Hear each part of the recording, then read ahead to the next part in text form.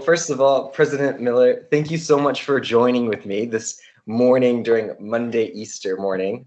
This is a wonderful opportunity to be able to ask you some questions, and I'm extremely appreciative to have this chance to do this on behalf of other students at Anglo-American University.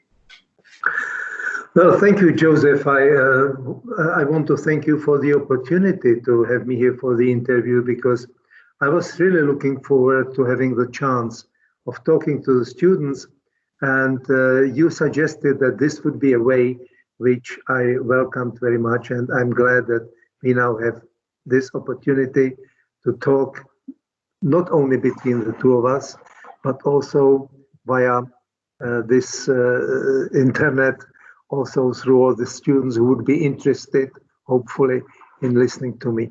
Well, as you had said, my name is Štěpán Müller. I am 75 years old, I must say. So I'm in that category where we should be protected from the coronavirus. You know that after 70, people are vulnerable.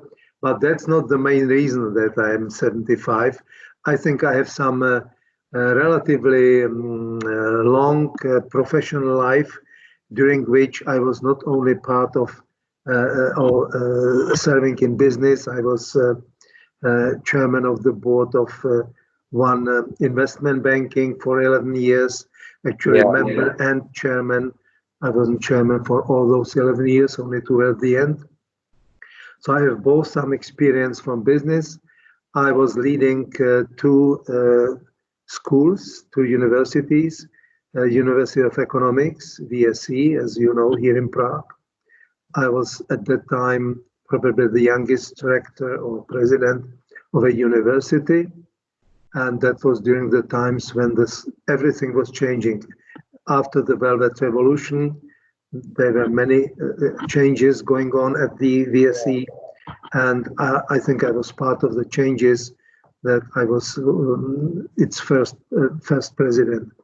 And then later on, after my stint in business, I was leading a private university, Institute of Hospitality, private institution that was preparing on bachelor and master degree level students for hotels, for restaurants, you know, this type of business. And lately, I was that was my last engagement. I was a dean of one of the faculties of VSE, of the University of Economics, the Faculty of International Relations, where I'm still part-time, not teaching, but supervising thesis. I have about 15 students whose thesis I supervise, and I think I will end at the middle of this year, because it's too much to hold two jobs. And 4 months ago, I thought I would quietly retire from the University of Economics and go to my weekend house and just relax.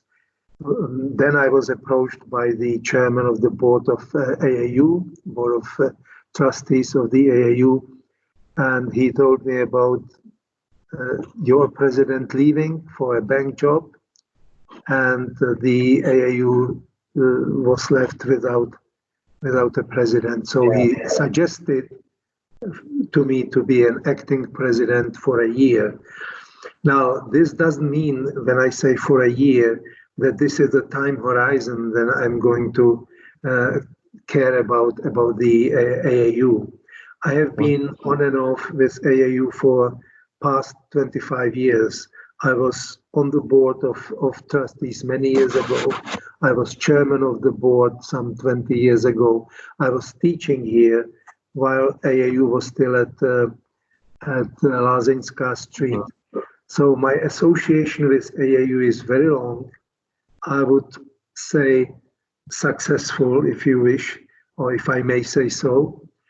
And so that's why I was probably asked to become an interim president while the search will be on for somebody who could lead AAU for years to come, not just for some short period of time, which is probably left for me.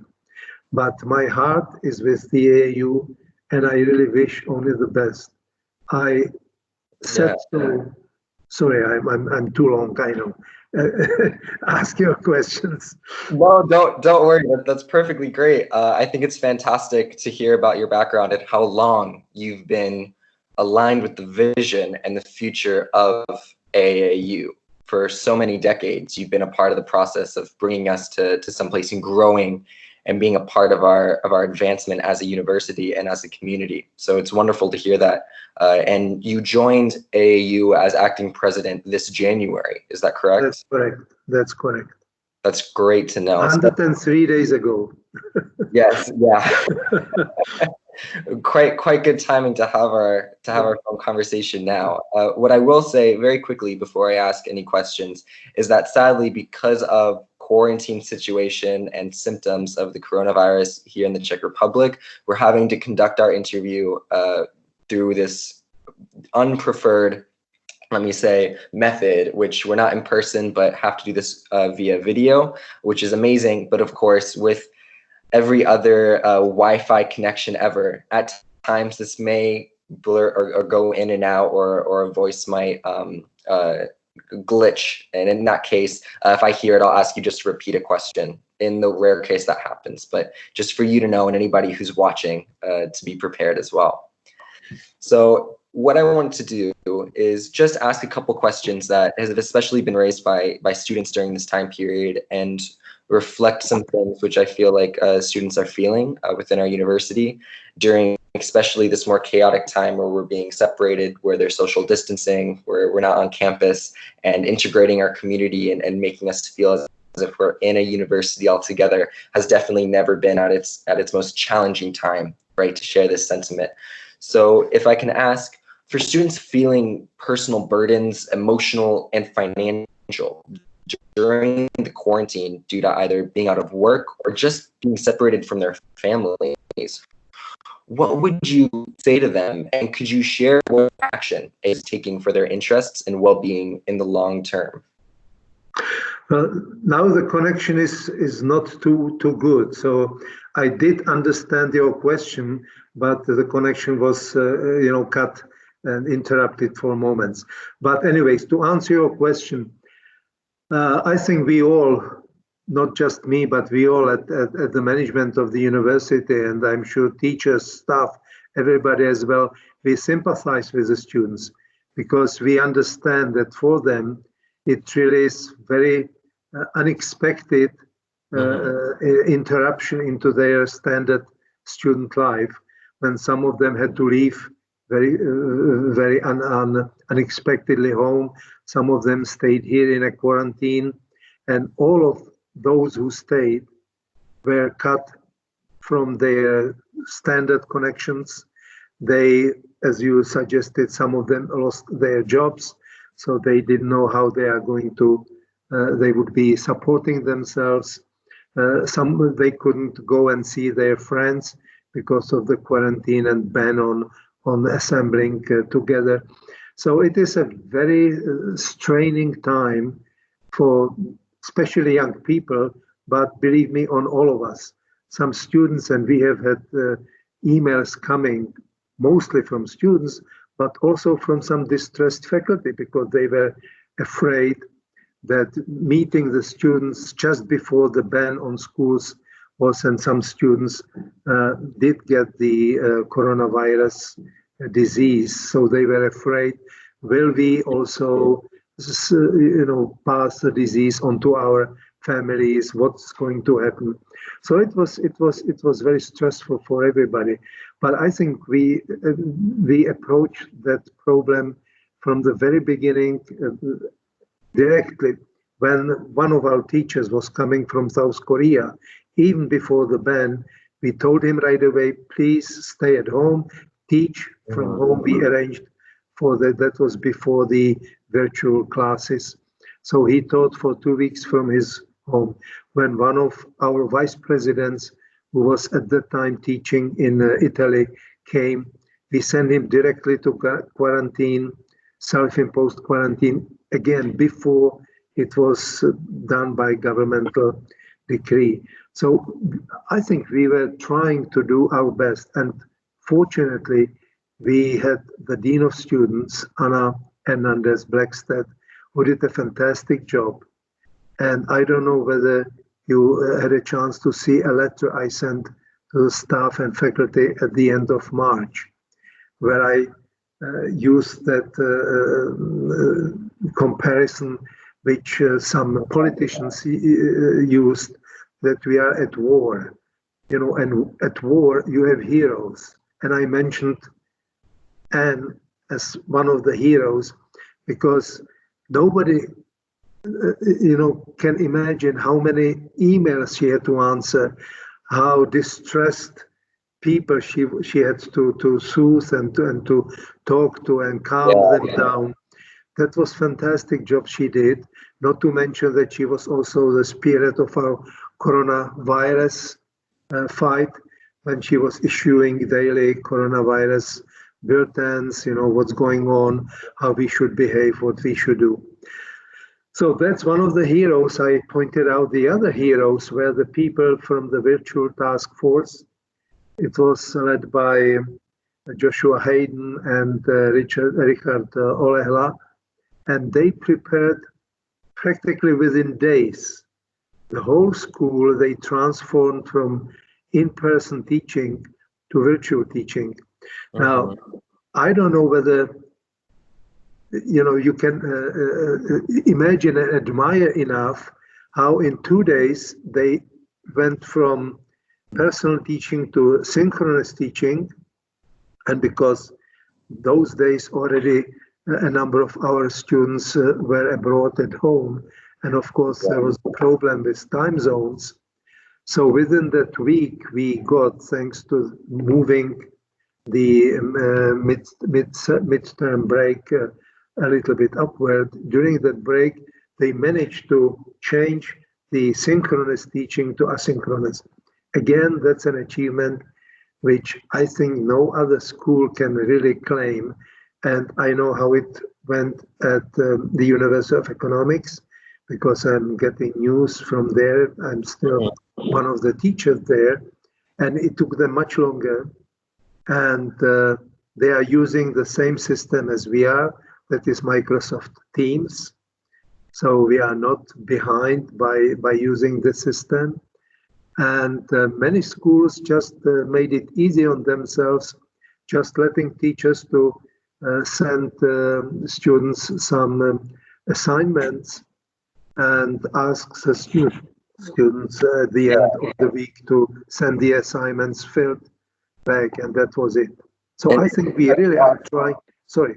Really quickly, only because even within your tone of voice in describing this, it's very clear that there was just such a short, very time-sensitive window, which you and the other management realized that you needed to transition to virtual learning. You didn't have time to do this. In AAU's history, it's never done this before.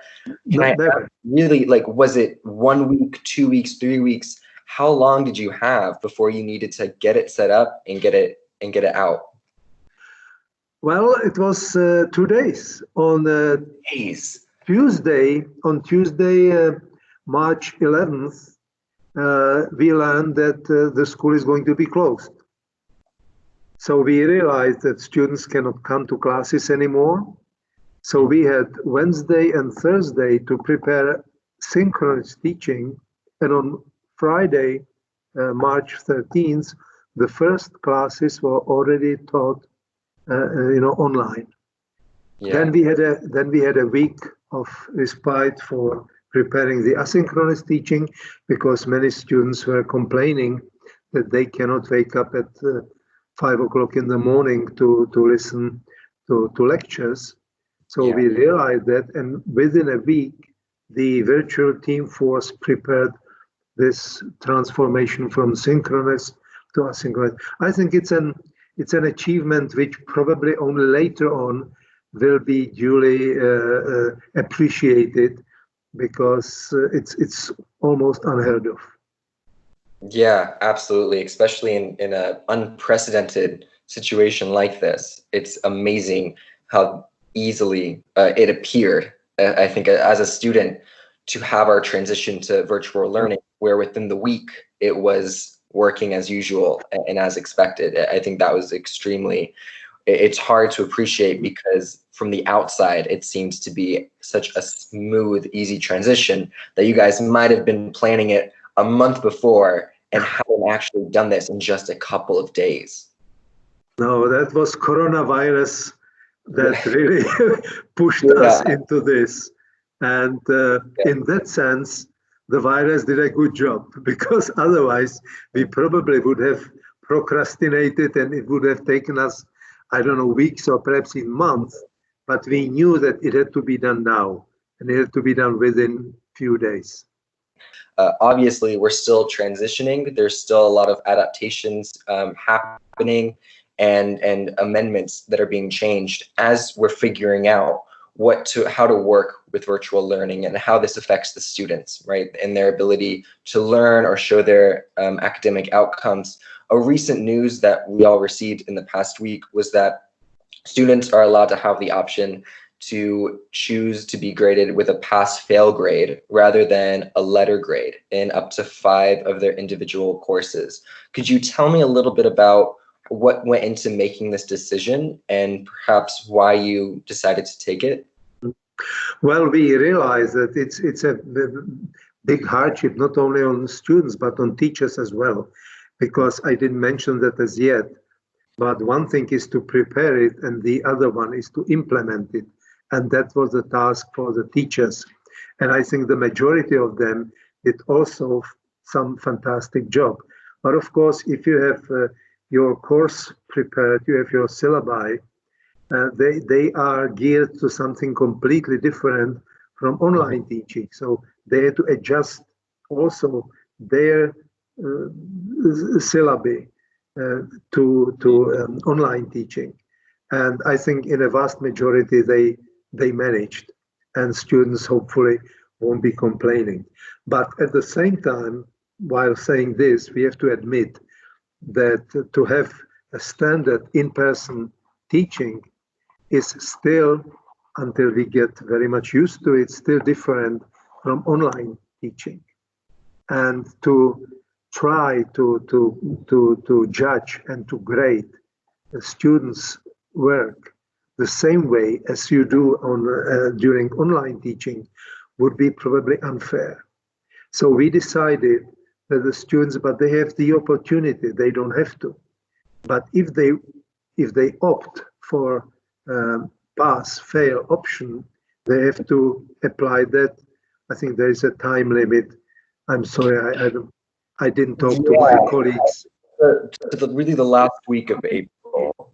Something like that, yeah. The reason for that is that we don't want students to speculate and take their classes on a sort of easier way, thinking that if things come to worst, I will always can ask for the pass-fail option.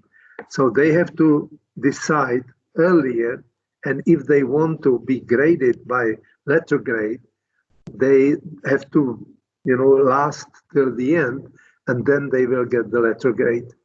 So I think it's fair, and it prevents a speculation that some may really think about.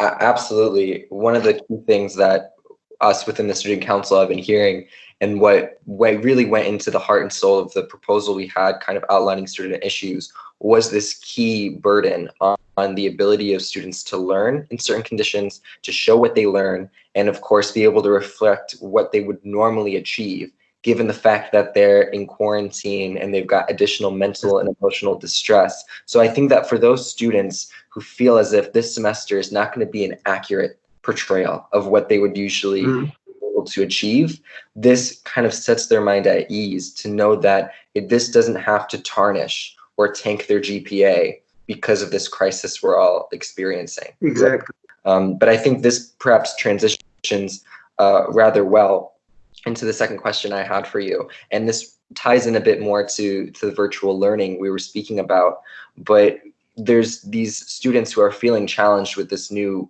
virtual learning platform.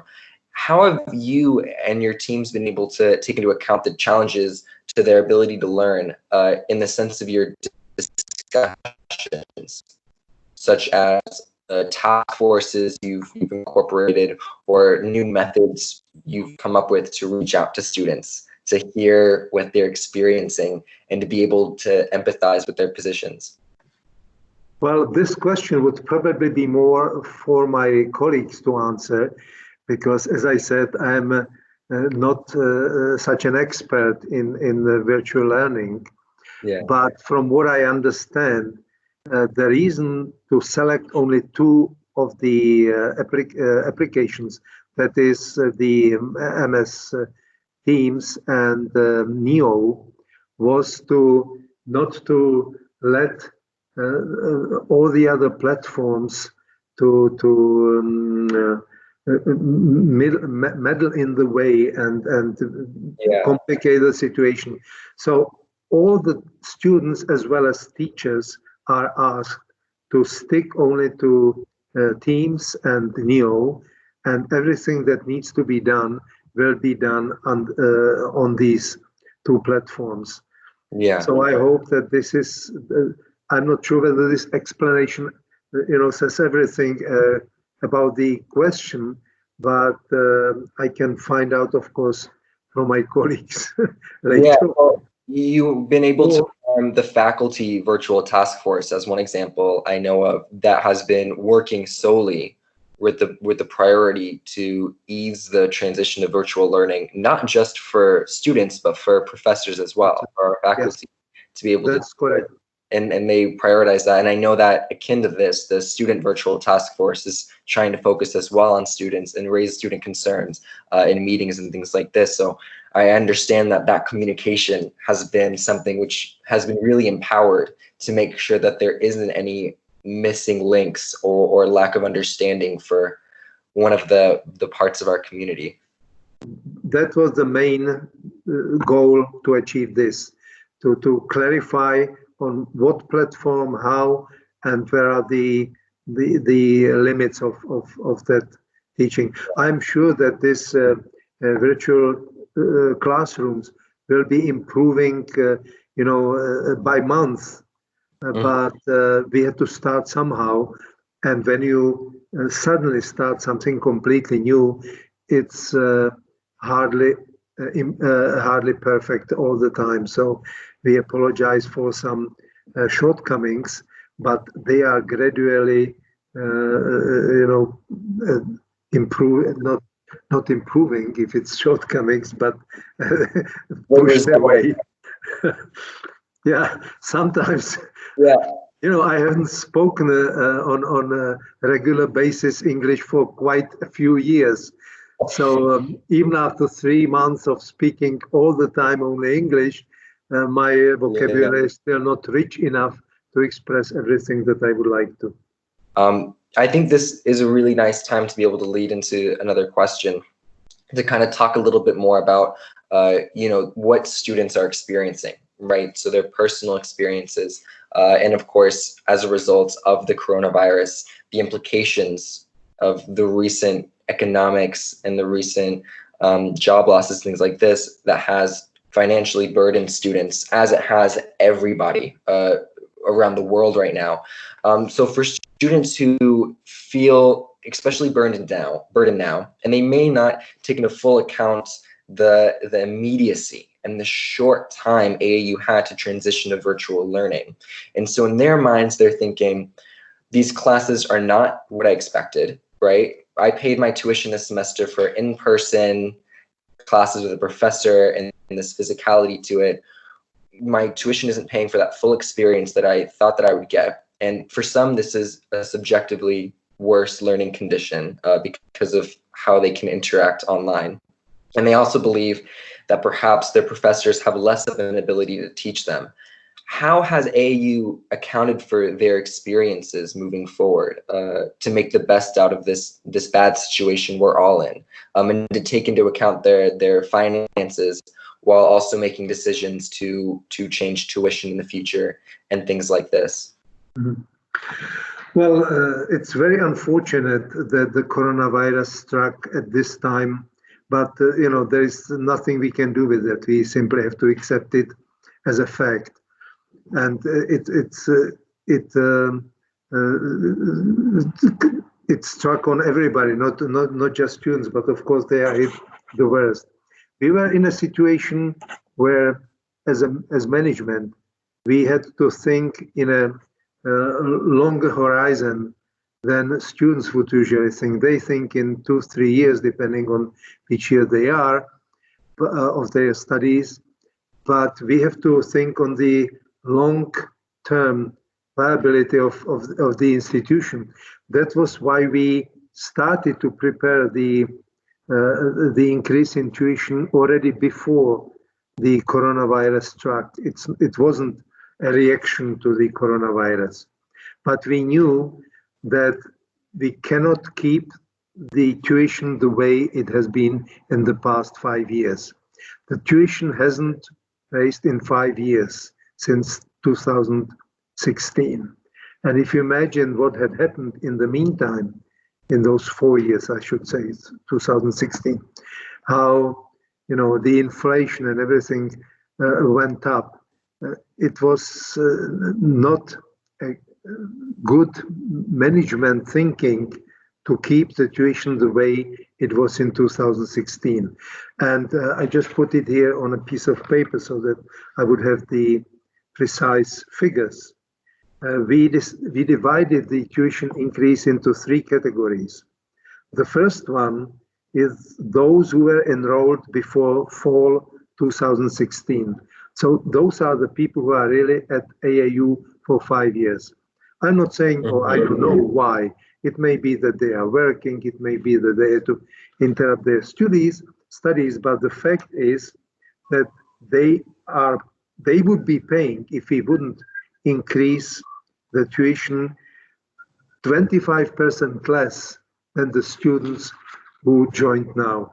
Now, we didn't think it would be fair, and first of all, and second of all, there are 35 out of 600 students have this low tuition.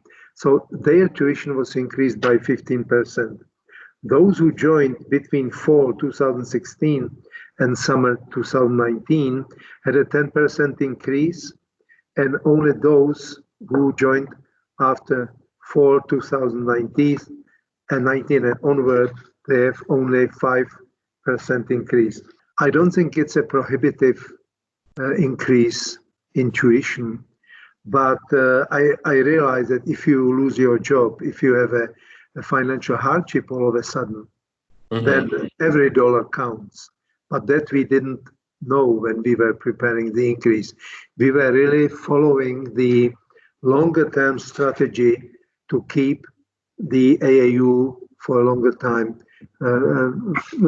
financially in proper. Absolutely. When will these students be affected? So students who will be experiencing this increase, will they just be the ones who start this fall semester? Is that when this tuition increase happens? Yes. Okay.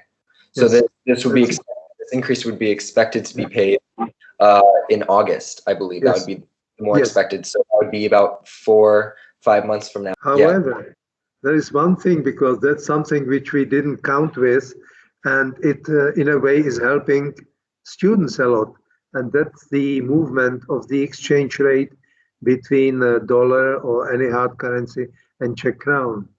Whereas the increase is either 10 or 5% depending on when you join. I'm not counting those from pre-2016.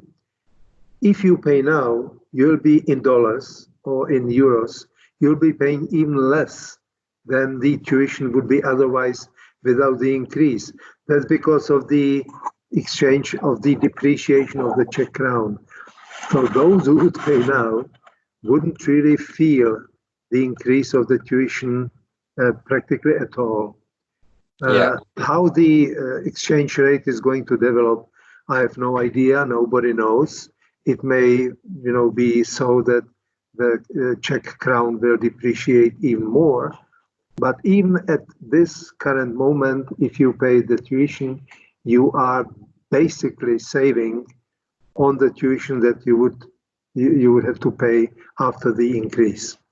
So I think it's a positive thing which we didn't prepare. Of course, that was quite unexpected what had happened on the currency market, but it is helping students.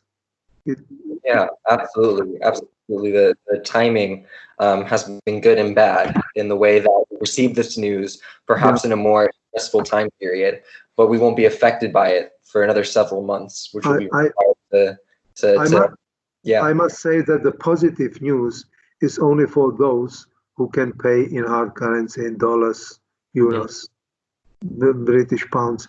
If you pay in other currency, where there was not the depreciation of the Czech crown against your local currency, then of course the tuition, the increase is there in full amount. So some students will be hit more than others. It really depends on with which currency you are paying. And the reason why we ask for the tuition be paid in Czech crowns is very simple. Almost 90% of our outlays when we pay our costs are in Czech crowns. So it would make no sense to collect other currencies and then go to the bank to transfer them to Czech crowns. So that's why we want the tuition be paid in Czech crowns. Yeah, which is completely understandable considering we're in Prague and you should be the national currency here. And I think that you've been very clear with me right now in conveying that this is for an institutional betterment, in the sense that this tuition is not being raised for a specific problem or a specific goal. No, not at all. It's the advancement of us overall for future years to come. It needed to happen. You know, financial policy, where the tuition is included, is always issued around March.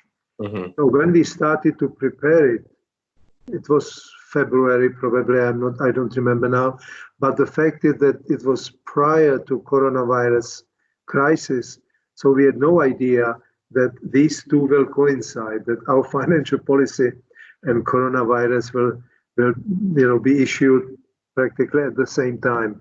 So it was an unfortunate coincidence. Thank you so much for talking a little bit more about it, to give a better perspective of what exactly this is going for, especially as a non-for-profit, how AAU is using their finances to invest in the long term is really interesting to hear, and also good as a student to know about where my own tuition dollars are going to when it's not being for direct services, that is the longevity of our university. Well, the university had two previous not very good financial years. It ended up with a slight deficit. The first year when we moved into positive figures was the last calendar year, because auditing is always in calendar years, not in financial years, which are academic years. So the financial years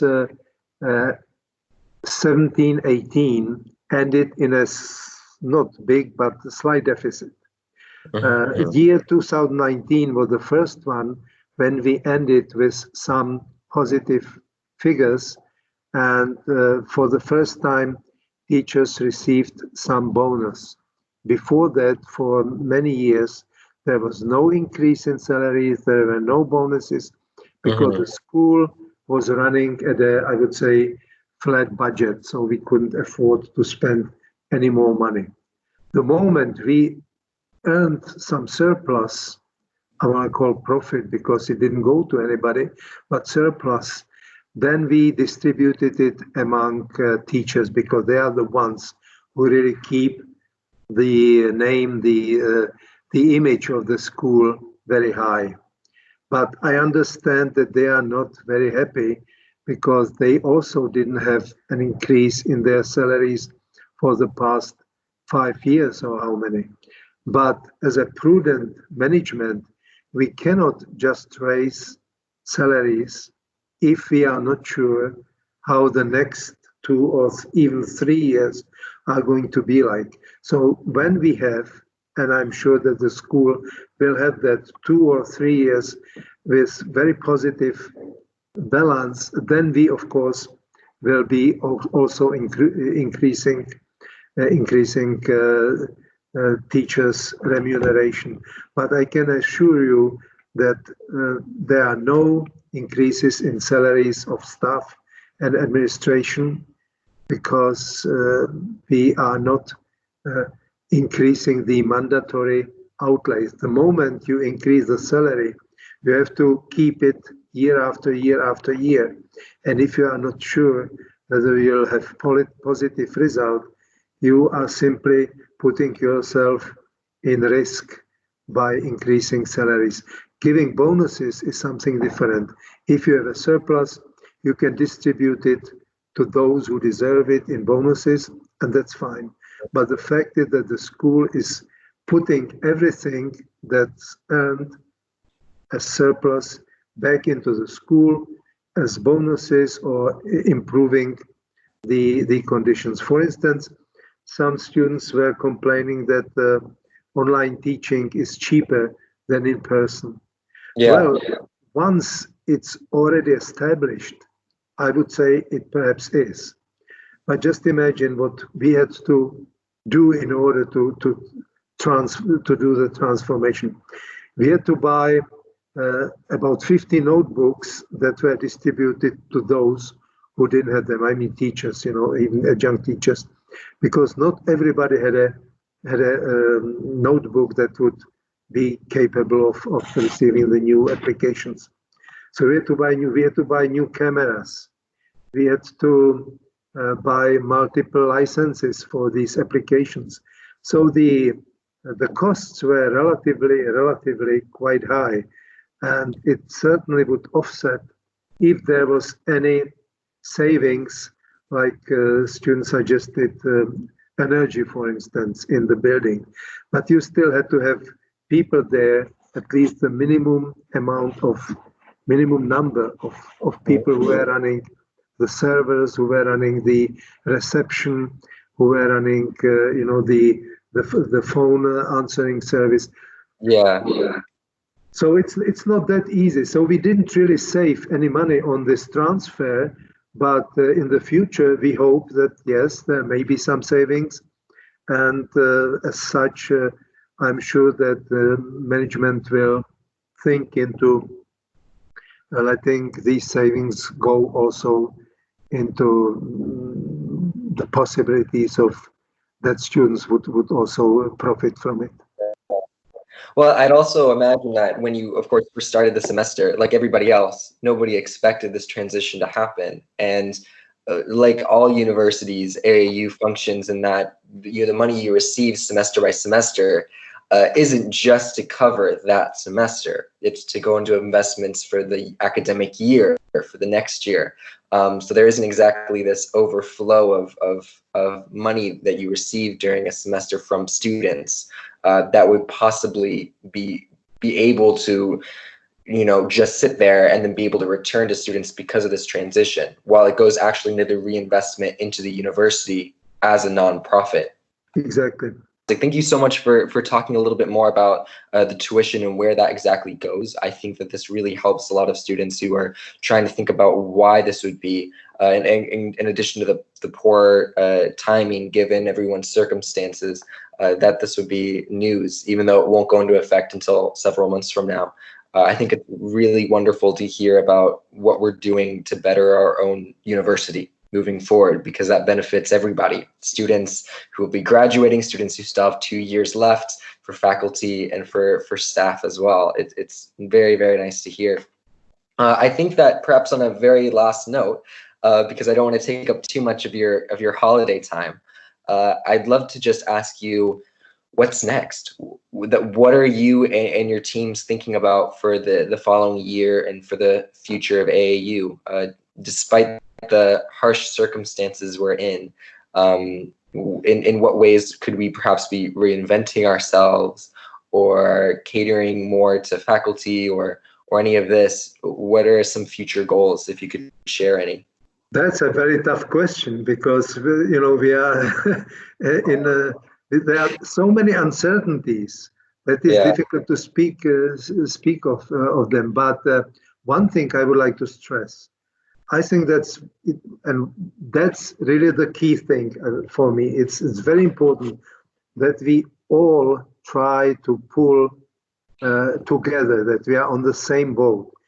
This is something which really almost shocked me when I came for the first time to the AAU this January, that I found out that there is quite a deep divide between management, between faculty, at least some of the members of the faculty. And we were trying, when I say we, I don't mean the plural imperatorus, I mean we as management. We were trying to fill those ditches between us. We were preparing a joint statement. Until these days, and of course it's also due to the coronavirus crisis, it hasn't been signed. And I have a feeling that unless we really pull together, unless all stakeholders, we don't have any shareholders. We are not a company where the money goes to shareholders. We have only stakeholders, but that's all of us. It's students, it's teachers, it's staff, it's management. We are all on the same boat, and we can survive only if we really pull together, the same side of the road. And this semester, this fall semester, won't be easy. I mean, no doubt about it, because we still don't know how the situation at the borders is going to be. But we are doing our best to prepare both summer semester. We shortened it a little bit to allow students to come on tourist visa. The tourist visa is for 90 days. So now the summer semester is running only for 90 days to allow those who would have to wait otherwise for student visa. And we don't know how the situation with the issuance of students' visa is going to be. At the moment, visas are stopped, but tourist visas hopefully will be available. And we hope that the year 2021-2022 will be already, one of the, I would say, picture perfect semesters or years, academic years, when we really will be all aiming to have AAU as in February, when we were celebrating the 30 years of AAU, I used that comparison that the palace in which AAU is at, that we should turn it into palace of learning. I still hope that we will manage that. And I already met some people, both at staff, faculty, students, and I must say that you are one of the examples of those on which we will rely on.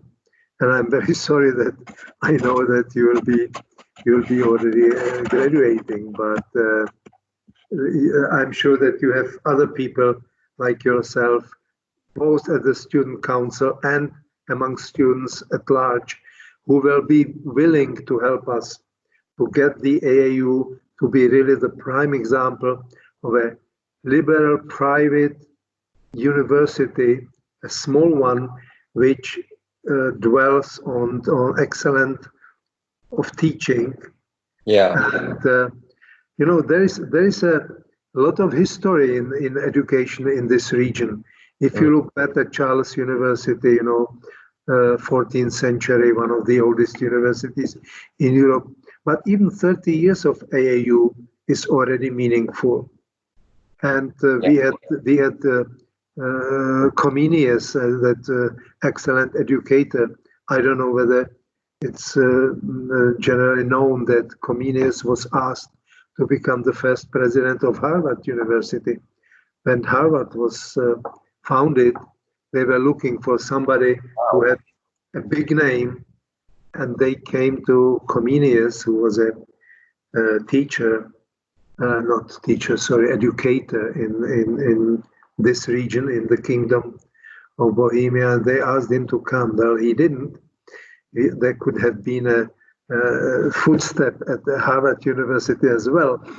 But I don't want to compare AAU to neither Harvard nor Charles University. But I think we could really become one of the examples, one of the stars in the crown of the Czech education system. And again, I use that comparison that AAU is a gem that needs to be polished. So let's polish this gem all together. Let's bury our divides. They are usually, very small comparing to what we really want to achieve. And there is no need to dig in that rather than looking into what we can achieve together. Well, I don't think we could possibly end on a better note than that, especially given how positive and future-looking it is. So I just want to say thank you again for taking the time to answer my questions and to share your thoughts and feelings with the student body. And with that, if you have anything left to say, I think that this would be a perfect ending. Well, I just want to thank you for arranging this interview. I think it's very important to let students know that, yes, we are here, we are open, and we want to listen to them. Mm-hmm. And if you recall, when we met the first time, and I said the same to Stefan when I met him, I'm open anytime to listen to your ideas. I'm not saying that we would always implement it, but we can discuss it, we can reason about it, and we can find the best possible way. I am always for the win-win situation. And that's what I would like to achieve. And with that, I would like to say my best wishes and greetings to all the students who may eventually listen to our interview, and tell them, don't despair, we shall overcome. Things are going to be better.